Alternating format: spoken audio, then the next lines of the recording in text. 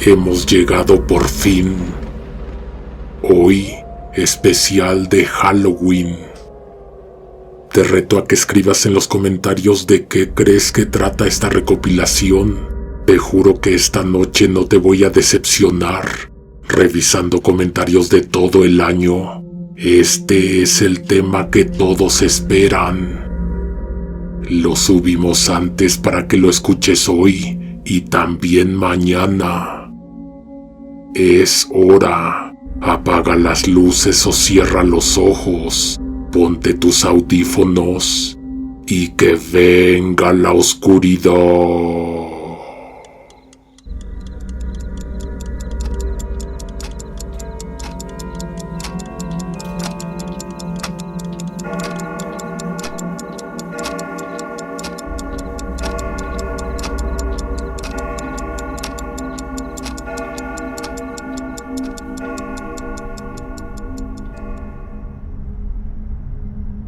No sé cómo explicarte con pocas palabras porque esta historia se me hace muy graciosa y entretenida, pero no me malentiendas, lo cómico no quita lo aterrador.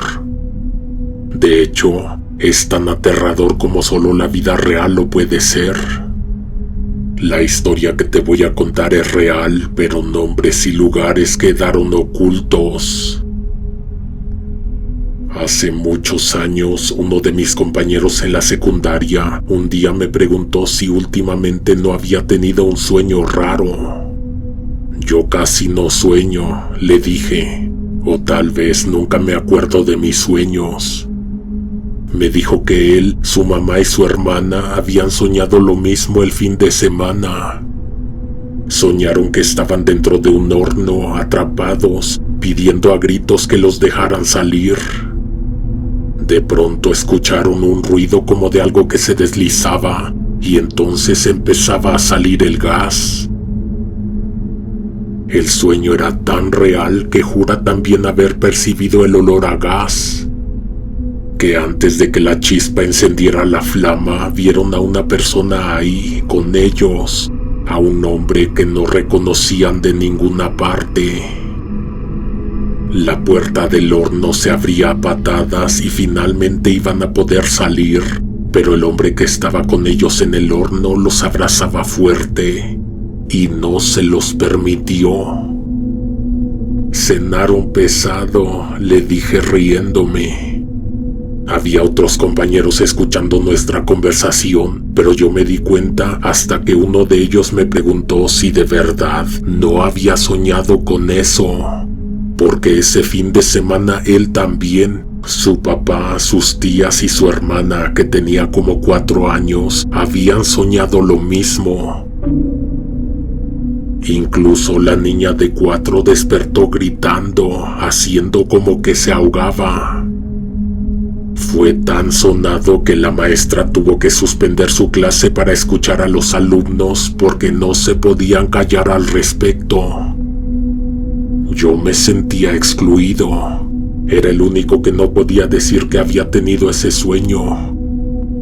En realidad no era el único, pero los que sí lo habían soñado eran la mayoría. La profesora era de los míos. Tampoco recordaba haber soñado nada parecido el fin de semana anterior. Regresando a casa le pregunté a mi mamá si había soñado algo raro. Me dijo que no, pero que justo eso le estaba diciendo mi papá, que allá en la tienda la gente no hablaba de otra cosa. Mi papá tenía una tienda de abarrotes con un pequeño comedor, al fondo 2 mesas y 6 sillas. Ahí adentro preparaba sándwiches y tortas, y a los conocidos les servía cerveza. Fue en ese comedor donde la gente se quedó platicando de sus sueños, contando con lujo de detalle cómo se sintieron atrapados. Muchos más del barrio habían soñado lo mismo. Al día siguiente en la escuela fue igual, solo que esta vez la profesora ya no suspendió clases. Les dio por su lado a todos como si fuera una etapa más de la adolescencia. Pero en el recreo, el tema volvió. El segundo día, algunos decían que habían tenido pesadillas. No todos, fueron menos que el fin de semana, pero igual varios aseguraban haber soñado en colectivo. Cada quien soñó que estaba en un restaurante distinto, o eso decían, pero la escena era idéntica: una mesa, un plato servido y un mesero muy amable que iba y venía. Todos estaban solos y todos decían que la comida era deliciosa. Una carne tan suave que casi se deshacía en la boca. Hasta que en algún punto del sueño, uno de ellos le preguntaba al mesero qué tipo de carne le había servido. El mesero se acercaba con una sonrisa y al extender un brazo para señalar el plato, notaban que le hacía falta el otro brazo. «Es esta», respondía, «se están comiendo mi brazo». Ese era el momento en que lo reconocían. Era el mismo hombre del horno, el mismo hombre del sueño anterior. De verdad me sentí como si me estuviera perdiendo de algo. No sé si te acuerdas cuando se ponían de moda los trompos y todos tenían trompos en la escuela. Yo era el único que no había intentado dibujar la cara del hombre, porque todos lo describían con las mismas características, como si fuera la misma persona. Llegando a casa nuevamente, la vecina, su esposo, sus hijos soñaron lo del comedor, lo del brazo. En la tienda, entre tortas y cervezas, todos hablaban de lo mismo. Algunos lo contaban como una anécdota, otros con miedo. Decían que al hombre se le veía la cara quemada, que sonreía sin mover la boca, o que al despertarse todavía sentían el olor de la comida. Por la noche escuché a mi papá decir que hasta iban a contactar a alguien de un noticiero para que fueran a investigar. A lo mejor es el agua que nos estamos tomando.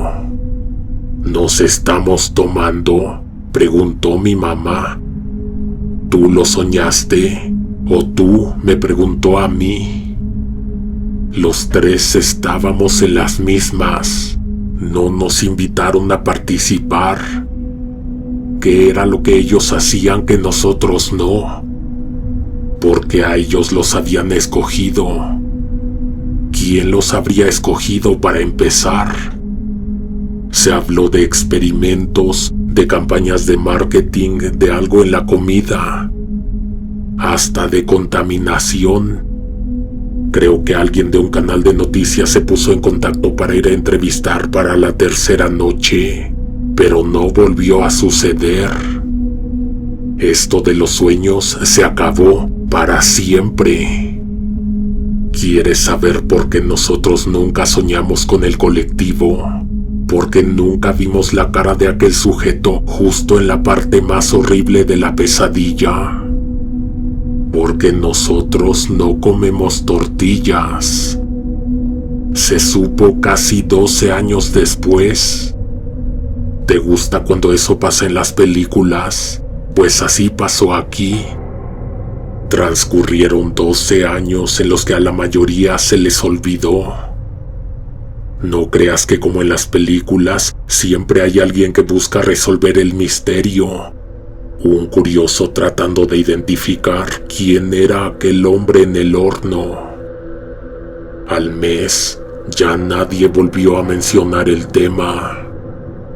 Y así transcurrió el tiempo hasta que un día, allá en la lonchería, al fondo de la tienda de mi papá, como por ahí de las 10 de la noche, ya cuando iba a cerrar, se metió un borracho. Un tipo que le costó trabajo reconocer, pero que se le hacía algo familiar. Mi papá entró por algo que tenía en un cajón para defenderse y le dijo al sujeto que ya estaba por cerrar, que no había servicio. El tipo se sentó rápido y le dijo a mi papá que por favor le sirviera algo de tomar. La segunda vez que le pidió que saliera de la tienda, se lo dijo con un tono más enérgico y con la mano en la cintura para que quedara evidente que mi papá tenía con qué defenderse en caso de que el tipo se pusiera loco o se negara a salirse. El tipo se echó a llorar, se tiró de rodillas y le dijo que estaba pensando en matarme, que quería ponerse bien borracho para darse valor y hacerlo. Mi papá se prometió que no le serviría ni una gota de alcohol, pero se sentó frente a él y le pidió que hablara. Se veía que necesitaba hablar, sacar algo, liberarse. Cuando dijo que tenía ganas de quitarse la vida, mi papá supo que hablaba en serio. El tipo le empezó a contar que hace 12 años cometió un crimen. Dijo que se había venido de Tlaxcala con un dinero que le había agarrado a sus papás. Juró que un día se los iba a devolver y que solo era un préstamo. El caso es que acá la pegó bien. Con ese dinero puso un negocio y le resultó, luego otro y luego otro. Ya nunca tuvo tiempo de regresar a pedirles disculpas ni a devolverles el dinero, hasta que un día se encontró a su papá en el centro histórico. El señor lo reconoció, cruzaron miradas unos segundos y el viejo se siguió de largo. Hace 12 años de eso. El tipo fue tras él, lo alcanzó unas cuadras adelante. El papá no se quería detener, no quería dirigirle la palabra, ni siquiera la mirada. El tipo se tiró de rodillas y, enfrente de todos, le rogó que lo perdonara. El señor, obligado por las miradas de los transeúntes, le tendió la mano y lo ayudó a levantarse. El hijo pidió un taxi, el señor se subió a regañadientes y los trajo acá a la colonia, a donde tenía su casa y el negocio. Le contó lo que había hecho con el dinero, le mostró la casa, la camioneta y le dijo que empezó con un local y ahora ya tenía 4 tortillerías y un molino. Todo eso a cambio de tu madre muerta, le dijo por fin el señor. ¿Mi madre? ¿Cómo está mi madre?, preguntó el tipo. ¿No me escuchaste?, le respondió el viejo. Está muerta, tú la mataste. El dinero que había tomado era para una operación que ella necesitaba. El tipo le dijo a mi papá que en ese momento sintió que se ahogaba, que no podía respirar, que quería gritar, pero no le salía nada por la garganta, que quería dejar de existir, azotarse contra el suelo. Dijo que tuvo un ataque nervioso muy fuerte, que las acusaciones de su padre lo cegaron y se le fue encima. El tipo, después de un rato, cuando se calmó y vio lo que acababa de hacer, volvió a entrar en pánico. Le dijo a mi papá que levantó el cuerpo y se puso a limpiar el suelo, que utilizó un trapo y una cubeta y que la sensación de pasar la sangre a la cubeta es de las cosas más raras que ha experimentado en su vida. Dijo que después metió el cuerpo a un horno que tenía en el molino. Un horno no es lo mismo que un incinerador. Seguramente él pensó que iba a tener el mismo resultado. Cuando vio que la cosa no iba por ahí, le abrió todo al gas y se quedó unas horas afuera, viendo cómo aquella columna de humo que salía por la chimenea se perdía con la noche. Dijo que le dieron escalofríos cuando escuchó el montón de perros aullando en la madrugada, como si hubieran identificado en el aroma que flotaba en el aire, que era lo que estaba cocinándose. En total fueron 12 horas hasta que aquello se pareció un poco a lo que tenía en mente para deshacerse de cualquier evidencia. Mi papá ya se temía lo que venía a continuación, por eso se levantó de la mesa y se volvió a llevar la mano a la cintura, sin decir nada. El tipo lo miró con los ojos vidriosos, tenía la voz quebrada. Dijo que la columna de humo se disipó justo cuando empezaba a amanecer y que entonces era hora de sacar la producción del día. Que con los granos y con el agua mezcló las cenizas. ¡Qué suerte!, dijo, que el domingo las tortillas son de masa azul. Por eso nadie lo notó. El silencio se alargó. Se escuchaban los refrigeradores del local vibrar a lo lejos y un zumbido de neón que apenas iluminaba el rostro del tipo.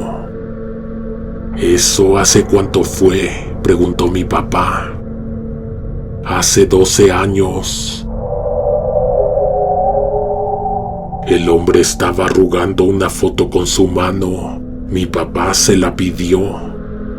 Era una foto vieja, doblada por la mitad. En ella se veía un hombre mayor, su papá del tipo. A punta de pistola lo sacó de la tienda. El tipo obedeció sin decir nada. De alguna manera se veía liberado, decía mi papá, como si por fin se hubiera vaciado por dentro. Ya que salió, el hombre se fue caminando despacio, sin mirar atrás. Mi papá se regresó, marcó a la policía, pero no supo qué decir. Colgó. Qué bueno que nosotros no comemos tortillas, pensó mi papá. Llegó a la casa más tarde de lo normal. Dijo que se había quedado oído, pensando en lo que acababa de escuchar. Al día siguiente pegó la foto del señor en la tienda, junto a los anuncios de refrescos y las promociones del día. Es el que soñamos aquella vez, le dijeron 16 personas. No sé si te acuerdas que al principio te dije que esta historia se me hacía algo cómica, y es que en resumidas cuentas, todos tuvieron el mismo sueño, porque se comieron al señor con tortillas.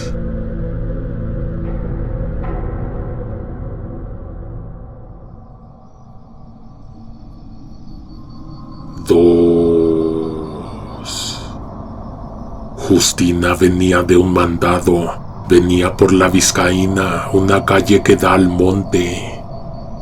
En ese tiempo no había casas más arriba, solo árboles y uno que otro corral con lámina vieja. Llegó bien espantada, diciendo que había visto una mano en un árbol. Mi abuela contaba esta historia. Justina era su prima. Nadie le creyó, es más, nadie le hizo caso.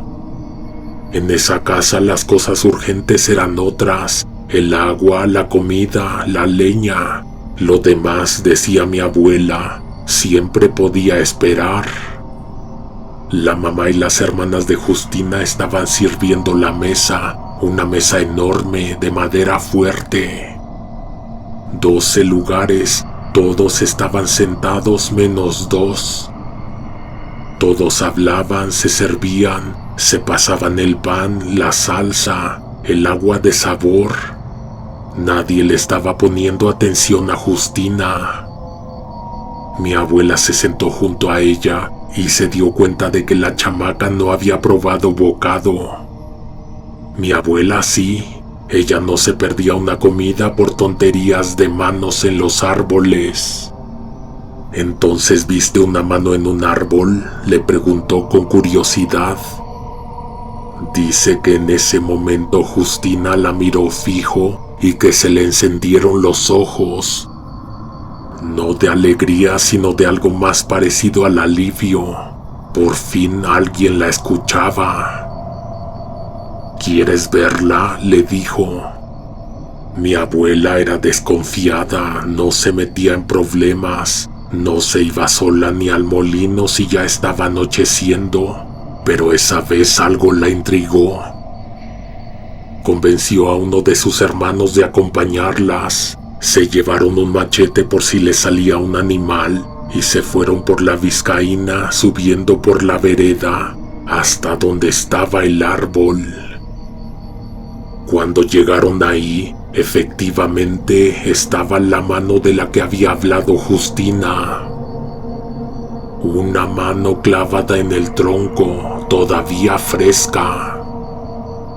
El hermano se persignó, mi abuela retrocedió un paso. Justina no dijo nada, solo miraba. Dice mi abuela que lo raro fue eso. Justina se veía espantada, pero también confundida, como si no reconociera bien lo que tenía enfrente, porque sí había una mano, pero no era como la que ella había visto.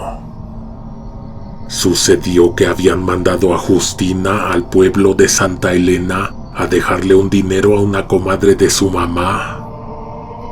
Era un tramo corto pero solitario, 1 hora de ida, otra de regreso, con veredas que se perdían entre árboles altos y polvo.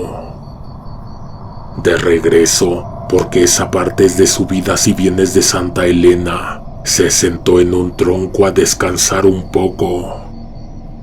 A mi abuela y a su hermano los llevó después a ese mismo lugar, señalando el tronco, el árbol, el punto exacto donde había visto todo. Contaba que se sentó a tomar agua de un tecomate, una calabaza hueca, imagínate un termo antiguo, agua tibia con sabor a tierra. Estaba terminando de beber cuando notó algo raro. En la rama de un árbol, a unos pasos de distancia, había 3 dedos. Primero pensó que eran raíces o una rama rota, pero los dedos estaban bien formados, con uñas, y parecían de una mano que rodeaba el tronco. Dejó el tecomate en el suelo. No tenía miedo todavía, solo una especie de duda que no la dejaba apartar la mirada. Los dedos estaban dispuestos de tal manera que daba la ilusión de que alguien se ocultaba detrás del árbol. La posición de la mano era la de una persona que se asoma, que espía sin mostrarse. Se acercó más y no quedó duda. Si era una mano humana, aunque no se movía para nada. ¿Hay alguien ahí?, volvió a preguntar. Esta vez estaba mucho más cerca. La mano retrocedió y ella se echó a correr. Dijo que en todo ese tiempo solo vio la mano, jamás vio a la persona que estaba detrás. Creo que si ahí se hubiera quedado la cosa, esta historia tendría un poco más de sentido y no sería de terror. Pero ahora había mucho más preguntas. ¿De quién era la mano? ¿Quién la cortó y quién la clavó en el árbol? El hermano de mi abuela solo estaba como extrañado, pero no tenía miedo. Decían que él no le temía a nada, hasta ese día. Él rodeó el árbol para ver si había algo más, y resulta que sí había algo más, un cuerpo muerto, la persona a la que le pertenecía la mano. Y no solo eso, En el tronco estaba el machete todavía clavado. Todo indicaba que había muerto desangrado. No estaba amarrado, pero tenía las piernas rotas. Aunque hubiera querido, no habría podido ir a pedir ayuda. ¿Sabes qué fue lo único que le dio miedo al hermano de mi abuela? Que Justina había estado ahí. Estuvo a minutos de que a ella le hicieran lo mismo que al tipo. No movieron nada, ni siquiera el machete. Lo dejaron clavado en el tronco para que cuando alguien del pueblo fuera a ver el cuerpo, entendiera mejor cómo había ocurrido todo. De todos modos, decía mi abuela, fácil era imaginarlo, lo difícil era saber quién lo hizo y por qué. Ya iban de regreso cuando Justina se detuvo y dijo que se le había olvidado algo. Les pidió que siguieran caminando, que los alcanzaba en un momento. Era el tecomate con agua. Tardó un poco en alcanzarlos, pero no porque se hubiera perdido, sino porque mi abuela y su hermano nunca bajaron el paso. Querían alejarse cuanto antes del monte. Cuando llegaron a la casa, tuvieron que contar lo que habían visto. Los tres eran chamacos, ninguno tenía más de 15 años. Le dijeron al abuelo y el abuelo fue a avisar a unos hombres en la tienda que había un muerto en el camino de la Vizcaína. Entre todos, unos 20 más o menos, se organizaron para ir a ver. Esta vez ni Justina ni mi abuela fueron, solo el hermano. Allá encontraron al tipo, pero cosa rarísima, ya no estaba el machete, tampoco la mano. El cuerpo nadie lo reconoció, no era de Santa Elena ni de las rancherías cercanas, y como no pertenecía a ningún lado, tampoco lo quisieron enterrar ni allá ni acá.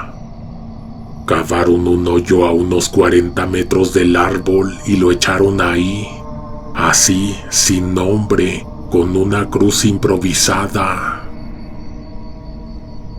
Durante los 3 días siguientes, mi abuela no pudo pensar en otra cosa. No quiso ver el cuerpo. Ella era muy cuidadosa con lo que miraba. Decía que ciertas cosas te dejan marca, pero no la dejaba dormir el hecho de que cuando los hombres fueron al lugar, ya no había mano ni machete. Una noche se levantó porque escuchó ruido en el patio. No había podido dormir y por eso estaba atenta a los sonidos. Su mamá y su tía estaban afuera, alumbrándose con una lámpara de aceite. Estaban enterrando algo. Bajó despacio para ver, pero le dijeron que no se acercara. De todos modos alcanzó a ver, y estaban enterrando la mano cortada. Mi bisabuela la tomó del brazo y la regresó a su cuarto. Ya ahí dentro, le preguntó a mi abuela si sabía por qué Justina se había traído la mano del muerto. Mi abuela no entendía de qué hablaba su mamá, pero hizo memoria y recordó que Justina se había regresado sola aquel día, diciendo que se le había olvidado algo. Seguro se regresó por la mano. ¿Sabes qué hizo con esa mano?, le preguntó mi bisabuela.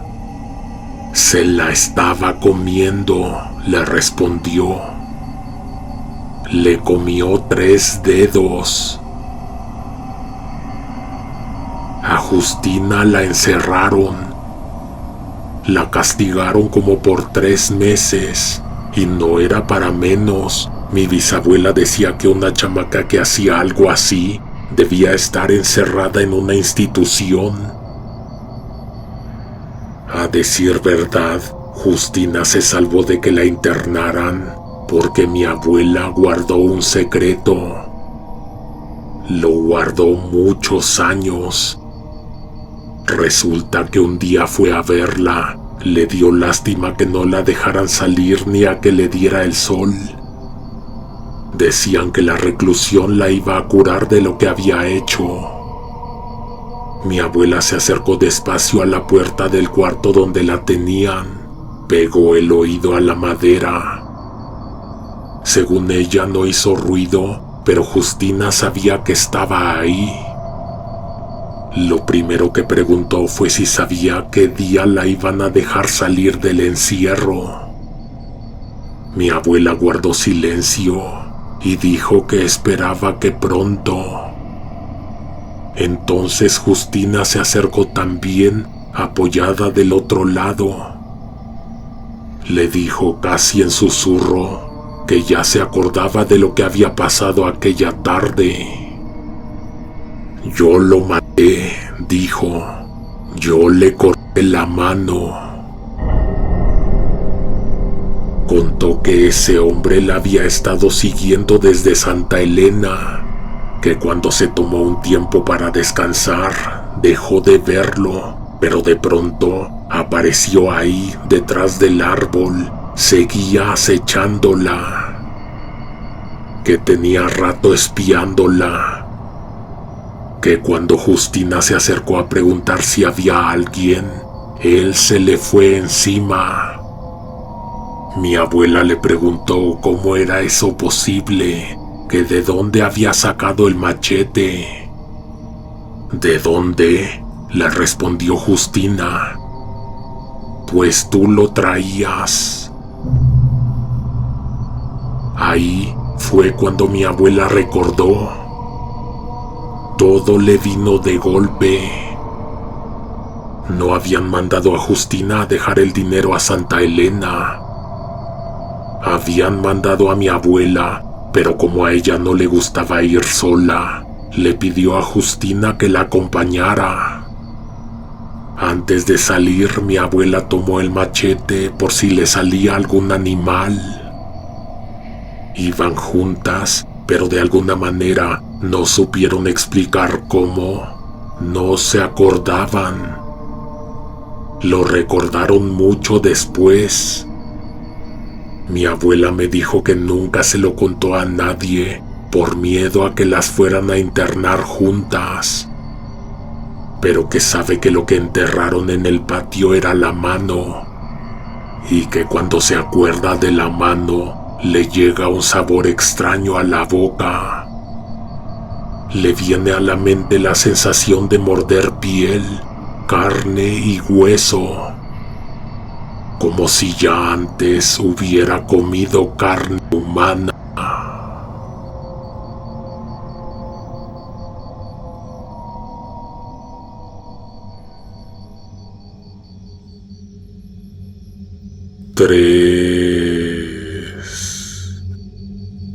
Le calculo que esto pasó en 2005. Yo estaba chico, pero conocí y me acuerdo muy bien de esa persona, un vecino del edificio. El señor vivía solo, pero no siempre fue así. Cuando su hijo murió en un accidente, agarró la botella y no la soltó más. Tenía que quedarse a cargo de su nieto, un muchacho tranquilo. El señor no era así, pero el alcohol lo volvió violento. Daba, lo corría, a veces lo hacía dormir en el pasillo para que aprendiera a respetar. El nieto aguantó unos años y luego se fue a Estados Unidos. Aún así seguía mandándole dinero y el señor con eso le entraba más duro al trago. Hasta que un día el dinero dejó de llegar. Ni llamadas ni cartas, nada. Y entonces le vino el golpe. Ya no se podía beber lo que no tenía. Se hizo viejo de un día para otro. La piel se le colgó, la mirada se le apagó y el cuerpo se le dobló, porque el vicio no acaricia, como dicen por ahí. Con el tiempo se volvió un hombre silencioso. Vivía en un cuartito del fondo, al final del pasillo, donde siempre olía a gas o a humedad. Era el único del edificio que no pagaba renta. El dueño se la perdonaba porque sabía que no tenía a nadie. Nosotros le ayudábamos a veces con algo de ropa, un par de zapatos. Mi mamá decía que podía ser un mal hombre, pero nosotros no estábamos para juzgar, y que el bien que nosotros le hiciéramos se nos iba a multiplicar. Fue por esos días que empezó a visitarlo una mujer que vivía a la vuelta. No era del edificio, pero conocía al señor desde hacía años. Su papá y él habían sido amigos y además coincidían a veces en las reuniones de Alcohólicos Anónimos. Mi mamá la ubicaba, sabía dónde vivía, porque a veces se encontraban en la tienda o en la parada del camión. Al principio iba solo de vez en cuando a platicar o a dejarle de comer. Decía que le daba lástima verlo tan solo y que no le pesaba darle de su comida porque siempre le sobraba algo. Luego empezó a ir diario, como si entre ellos se hubiera formado una rutina. Pasaron los meses y el señor se fue deteriorando de una forma que daba pena y miedo a la vez. Primero fueron los temblores en las manos, luego el cuerpo se le puso flaco, sin fuerza. Decían que era la edad o el estómago, o que simplemente ya no tenía ganas de seguir. El pasillo que conducía a su departamento empezó a oler raro. No era solo el encierro, era algo que se metía en la ropa, en las paredes, que se te quedaba en la garganta. Una mezcla entre trapo húmedo, sopa vieja y caño tapado. Con el tiempo el olor se volvió parte del edificio y cuando uno pasaba cerca, respiraba por la boca para no sentirlo tanto. Decían que el señor ya no alcanzaba a llegar al baño, que se hacía donde estaba. El piso frente a su puerta siempre estaba mojado y nadie quería saber con qué. A veces abría la puerta para que entrara aire, pero lo que salía era peor.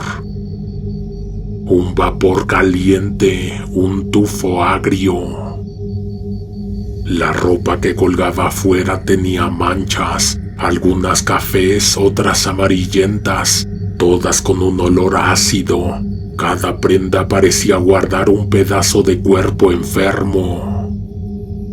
El agua de los tinacos que surtía a los demás departamentos empezó a apestar también. Decían que olía a orines y cuando uno se lavaba las manos, daba la impresión de que se iba a quedar impregnado para siempre. A veces se oía que vomitaba. No pedía ayuda, se escuchaba el ruido húmedo en el balde y luego silencio, como si se hubiera quedado dormido encima. Mi mamá decía que el aire del edificio se sentía sucio.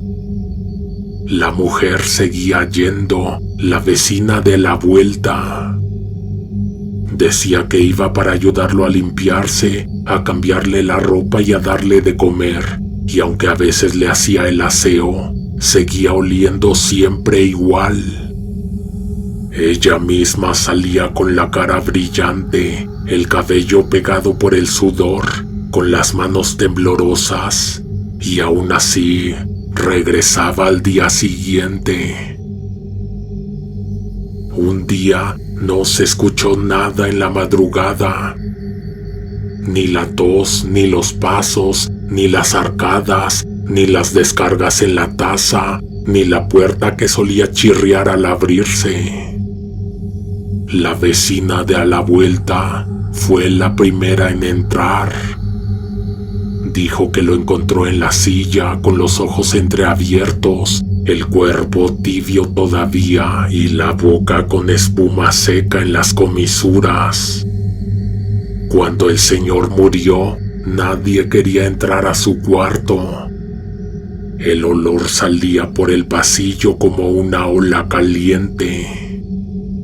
Por la tarde, cuando ya se habían llevado el cuerpo, el dueño del edificio le habló por teléfono a mi madre. Le ofreció pagarle bien porque sabía que era valiente y que no se echaba para atrás con nada. Le pidió que limpiara el cuarto.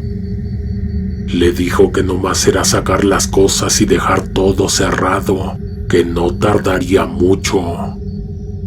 Aún así, tuvo que pensarlo. Era un trabajo horrible y todos lo sabían. Entró con un trapo húmedo en la nariz. El aire estaba espeso como si se pudiera cortar. Había ropa tirada, platos con comida vieja, cucarachas pegadas en las paredes. Todo se sentía pegajoso, pero eso no era lo peor. En el rincón estaba la vieja nevera, blanca, llena de escarcha amarillenta por dentro. De ahí venía el olor más fuerte. No era exactamente a podrido, pero sí, también era una pestilencia dulce. Mi mamá abrió la puerta y casi se cae.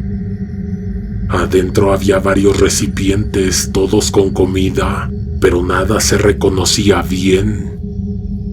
Era como una mezcla de guisos, trozos, cosas entreveradas con grasa y pedazos de lo que parecían huesos de cerdo, pero ninguno igual. El olor era insoportable. Cerró la puerta de golpe y salió al pasillo a respirar. Sabía que había algo feo ahí, que algo no cuadraba. No era solamente comida echada a perder. Fue entonces a buscar a la mujer a la que le llevaba de comer a ese señor. Tocó en su casa. Cuando ella abrió, no la invitó a pasar. Mi mamá tenía todavía el tóper y la cuchara con la que había removido la comida. Le preguntó si eso se lo había dado ella. La mujer dijo que sí, que seguramente era de los días anteriores, que él a veces guardaba todo en el refrigerador y se le olvidaba tirarlo. Mi mamá le preguntó sobre lo que había en el tóper, que cuándo lo había preparado exactamente. Ella no le respondió. Solo se le quedaba viendo como tratando de adivinar qué tanto había descubierto. Entonces mi mamá levantó la cuchara y le mostró lo que había dentro del traste. Removió un poco y entre la grasa apareció algo que parecía una uña. Revolvió de nuevo y salió un pedazo de ceja con todo y piel, flotando entre lo que quedaba del guiso. La mujer se puso pálida, le empezó a temblar la voz. Dijo que no sabía nada, que ella no había sido, que seguro alguien más le había metido eso. Y de pronto, sin decir más, le cerró la puerta en la cara. Mi mamá le avisó al dueño del edificio antes de llamar a la policía. Sellaron el cuarto, tomaron muestras y al poco tiempo confirmaron lo que mi mamá ya sospechaba. Los restos en la nevera eran humanos. Exhumaron el cuerpo del señor y la autopsia reveló que el estómago tenía trazas de carne humana. Fueron a buscar a la mujer y, como te lo imaginas, no salió. No contestaba. Forzaron la puerta de su casa y en cuanto entraron, el olor los golpeó. Era un aire podrido, como si el encierro llevara años fermentando carne. Le habían cortado la luz. En la cocina, la nevera seguía enchufada al tomacorriente, pero lo de adentro estaba por reventar. En el interior encontraron algo que ya no era cuerpo, sino lo que quedaba de uno. Era ni más ni menos que el padre de la vecina. Las autoridades determinaron que ese cuerpo tenía en congelación aproximadamente 9 años. Los forenses descubrieron que la mujer había ido descongelando pequeñas partes poco a poco y que esa carne era la que le cocinaba al señor. Cada plato que le llevó durante meses tenía de la carne que ella guardaba en el congelador. La pregunta de por qué lo hacía ya no se le pudo hacer a nadie.